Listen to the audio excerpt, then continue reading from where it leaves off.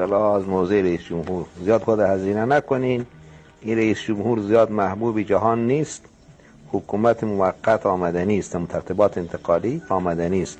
بدون از اصلا صلح ممکن نیست، صلح امکان نداره.